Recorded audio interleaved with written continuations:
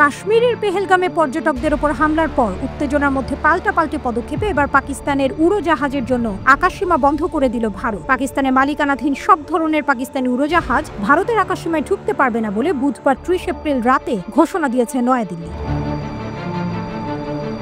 সংবাদ মাধ্যম এনডিটিভির প্রতিবেদনে বলা হয়, বুধবার থেকে এই সিদ্ধান্ত কার্যকর হবে, যা আগামী ২৩ মে পর্যন্ত বহাল থাকবে। ভারতের বেসামরিক বিমান চলাচল কর্তৃপক্ষ নোটাম নোটিস টু এয়ারম্যান জারি করে জানায়, এখন থেকে পাকিস্তানে নিবন্ধিত, সেখান থেকে পরিচালিত বা ভাড়া ও ইজারা নেওয়া কোনো বাণিজ্যিক কিংবা সামরিক বিমান ভারতের আকাশসীমা ব্যবহার করতে পারবে না। এর আগে গত সোমবার পাকিস্তান ও ভারতের উড়োজাহাজের জন্য তার দেশের আকাশসীমা বন্ধ করে দিয়েছিল। তবে পাল্টাপাল্টি এমন পদক্ষেপের ঘোষণার আগে থেকেই উভয় দেশ একে অপরের আকাশসীমা এড়াতে শুরু করে বলে প্রতিবেশী দেশ দুটির সংবাদ মাধ্যমের খবর। প্রতিবেদনে বলা হয়, ভারতের এই সিদ্ধান্তের ফলে মালয়েশিয়ার মতো দক্ষিণ পূর্ব এশিয়ার দেশগুলোতে যেতে পাকিস্তানের উড়োজাহাজের অনেকটা বেশি পথ পাড়ি দিতে হবে। চীন ও শ্রীলঙ্কার উপর দিয়ে যেতে হবে দক্ষিণ পূর্ব এশিয়া ও ওশিয়ানিয়ার দেশগুলোতে যেতে।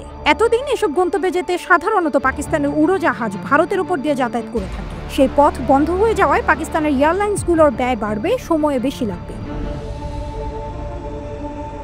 অপরদিকে পাকিস্তান আকাশসীমা বন্ধ করায় ভারতের অনেক উড়োজাহাজকেও একই ধরনের সমস্যার সম্মুখীন হতে হয়েছে। পাড়ি দিতে হচ্ছে বড় পথ। পেহেলগাম ঘটনার পর গত এক সপ্তাহ ধরে পরমাণু শক্তিধর দুই প্রতিবেশী দেশ ভারত ও পাকিস্তানের মধ্যে তীব্র উত্তেজনা বিরাজ করছে। হামলার জন্য ভারত আনুষ্ঠানিকভাবে পাকিস্তানকে দায়ী না করলেও তাৎক্ষণিকভাবে পাকিস্তানিদের ভিসা বাতিল, কূটনৈতিক বহিষ্কার ও সিন্ধু নদের পানি বন্টন চুক্তি স্থগিতের মতো বেশ কয়েকটি কঠোর পদক্ষেপ নেয়। পাল্টা জবাব হিসেবে ভারতের জন্য নিজেদের স্থল ও আকাশসীমা বন্ধ সহ একাধিক পদক্ষেপ নেয় পাকিস্তান।